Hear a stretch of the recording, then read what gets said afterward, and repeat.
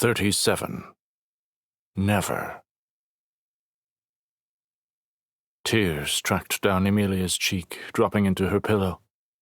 Terran lay next to her, muttering and tossing fitfully in his sleep.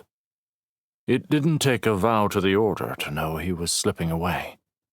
Day by day and moment by moment he was getting worse. He appeared carved out, a shell of all he'd once been. "And it's your fault," the accusation screamed. Nox surrendered strength for her, and now Terran could lose even more. She edged from under the covers and knelt on the cold of the matted floor. Her hands traced the ground in the dark until she found her pants and she stood to pull them on. Without a light to search, she decided to forego shoes and crept from the tent. Terran's haunted mutterings were still audible as she walked away. The embers of the evening's fires gave off a faint glow, and the gathering dew clung to her toes. "Miss Emilia, is that you?" Her heart lurched. She turned to see Cheryl's, Venier's acolyte, hop down from a scout craft. "Hey," she said, catching her breath. "You scared me." He shrugged, looking smug. "I think that's kind of the point of being on watch." She smiled, suddenly reminded of Terran. Confident, easygoing, always ready with a joke. How he used to be. Tears welled without warning. I was joking, Miss Emilia." She sniffed and wiped her eyes. "I know. It's not you." His brow furrowed with worry. "Can I help?" She shook her head. "I need to speak with the Elder." Venier looked surprisingly alert for being woken in the middle of the night. At one glance at Emilia, she dismissed Charles and invited her into her private car. She pulled a chair out for Emilia and sat across from her at the small pop-up table. "What is it, child?"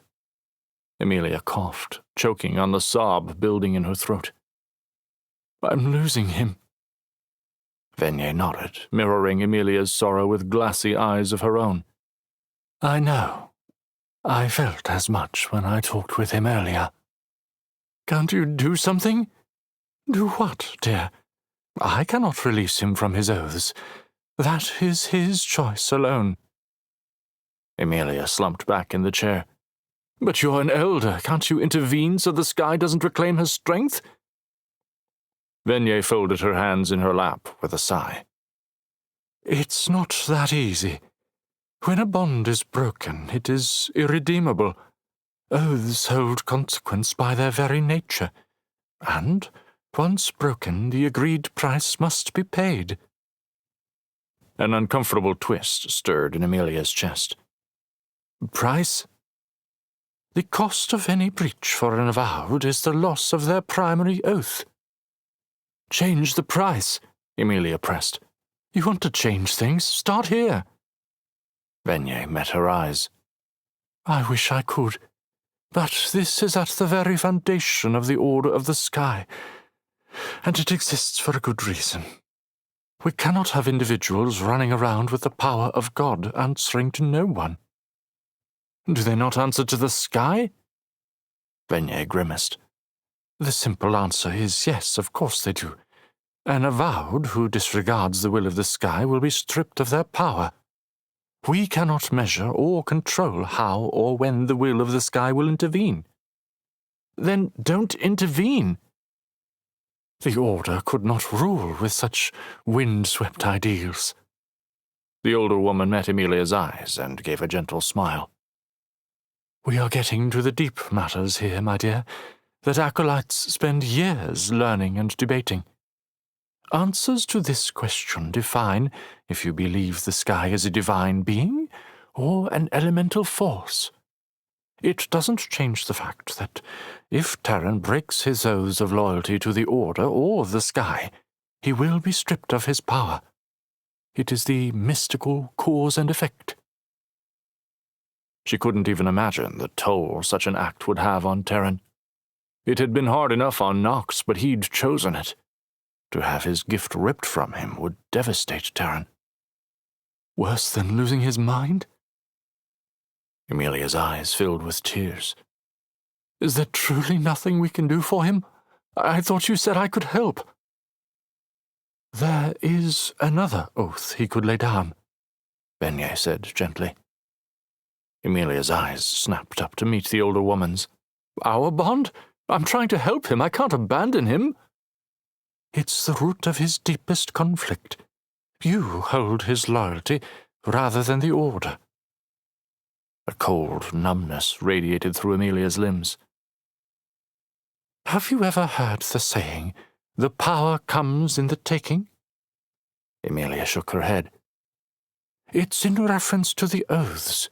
The power they hold is in the very act of taking the oath. They give power because they are power. Power over ourselves, over others. They are the refinement of will and purpose. The sky honors such intent with strength in overseers, but oaths impact the rest of us as well. In exchanging vows with Terran, you were bonded with him, thus the term. It's an incredible thing. Surely you felt it working on you, drawing you together as partners? Emilia didn't need to answer. They both knew the truth of it. Beignet paused and leaned forward. But in Terran's case, he has equally powerful bonds pulling him in different directions. For instance, his desire to care for you above all others could conflict with his directive to protect the Reaches. I would never expect him to sacrifice the good of others for me, she protested. I'm sure he knows that. The fact he has carried 2 oaths for as long as he has demonstrates an incredible amount of trust between the 2 of you. But the fact remains, something has shifted, and it's pulling at the fabric of his mind. Emilia remembered the moment she felt things change between them. She'd shared about copying the Book of Oaths, of her conversation with Elder Beignet. Could Darius have said something? She swallowed back the sour feeling at the back of her throat. No, this is on me alone. I have to release him? Beignet's velvet wrinkles deepened. If he is to have any chance of making it through this, I am afraid so. And I warn you, it may already be too late. A shiver ran through Emilia's body, every cell in protest. The void that had opened when she lost Nox threatened to swallow her again. Terran had rescued her from the darkness, and now, for his sake, she needed to face it on her own. She took a shuddering breath. How is it done? Beignet reached across the table, grasping her hand. You really are your mother's daughter. So strong. Emilia bit her lip to keep the arguments from spilling out. Desperation is not strength. How? It is the same as with all oaths. Intent. The words are less important than the intent you speak them with. Think of the bond you share, and the words you both first spoke. The image of Terran kneeling before her that first night out of Rickon filled her mind. He had been filled with tormented desperation, to protect her, to prevent her from enduring more pain, precisely as she wanted to do now for him. You speak the words that come, relinquishing the bond. That's it? Just words? Words and intent, Beignet said. The most common and profound piece of magic this world holds. She straightened. It will be best if he relinquishes his oaths to you as well, but a bonding oath releases both sides when broken by either individual. Emilia nodded mutely and stood to leave. I wouldn't wait, Emilia. We have much to face in the coming days, and we will need Terran whole. Emilia dipped her head in acknowledgement and left. The stars burned brightly as she crossed the camp once again. The once crescent moons narrowed to thin lines of light with the season. Cheryl's nodded as she passed, but said nothing more. Before she pulled the flap to their tent, she could hear Terran's voice coming from within. It was worn and rough, as if pleading for death. She knelt on the floor next to him. "Taran, wake up!" She put a hand on his chest and felt his breathing change as she gently shook him. He sat up with a start. "What is it?" He tried to stand, but she kept her hand against his sternum. "We need to talk." He let out a breath and reached for the portable light. "Don't," she said into the darkness. She summoned the memory of when they exchanged oaths to mind, and as she focused, the words came, exactly as Venye promised. Taran, I release you before the sky from your bond and obligation to me. I withdraw my devotion and ask the sky to undo what has been knit together." His ragged groan shocked her. Please don't." He doubled over, pressing his head into his hands. She stuttered, but pressed on.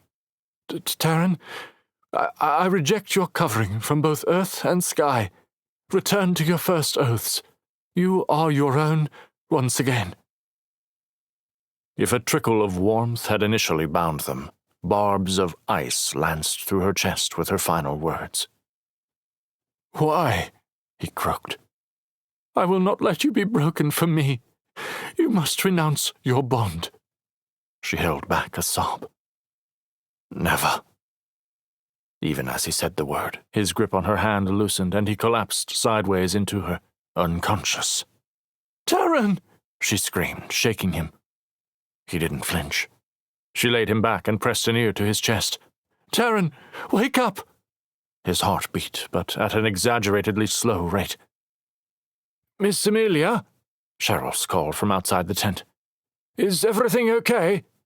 Get Elder Venye, now!" She heard his footsteps retreat and the camp stirring, no doubt woken by her scream. Emilia had never wished she had followed in her mother's footsteps as a healer as much as in this moment. "Come on, remember." She put the tips of her fingers to his lips. "Is he breathing?" After what felt like an extended lifetime, she felt the barest whisper of breath move past them. "Poison? Injury?" She dismissed the thoughts quickly. She knew what had happened. His mind had fractured under the strain. "Never," he had said. "Let go, Taran. Please let go," she pleaded and put her forehead to his. "Please, it's not worth this." Venye's soft gasp announced her presence as Charles shone a light into the tent. "I did what you said," the words spilled from Amelia in a rush, "and then he collapsed." "Oh, no." Venye came and knelt next to Amelia, touching Taran's forehead with the back of her hand. "I'm sorry, dear. I had no idea he was at this point. He carried the strain so well," she muttered. "What does that mean?" "He must have been riding the edge of collapse for a while now. He's gone." Emilia scowled. "He's not. He's right here. We can wake him." Venye turned to Charles and stood. "Bring the medic. Alert Hayden and Merrill." "Elder, what do you mean?" Emilia almost shouted. "He won't wake, dearest. I've seen this before. He made his choice. He would rather break than abandon his oaths. Poor soul." "He was just talking to me. We need to help him," Emilia said. She clenched her fists at her sides, and Venye raised a delicate eyebrow in response. "The best we can do is make sure he is comfortable. He is gone